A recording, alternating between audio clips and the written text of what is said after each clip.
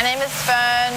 I work in inventory, and my role at Digga is to put stock away once it comes from our laser machines and our machine shop, and make sure that everything goes in the correct location and it's all organised and tidy for everyone else to pick at.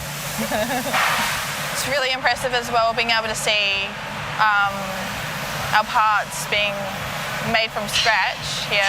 Could end up being like a big sheet of metal being turned into something in a completely different shape, whether it's a twist shape or just even a bar, but then actually physically seeing it being made in the machines as well, and then being put onto my racks to be put away. It's awesome to be part of just that whole entire process. Normally you don't get to see what goes on in the back end, so it's just really interesting to see how everything's made and how open as well our warehouse is. So you don't just get to see, I get to see a lot.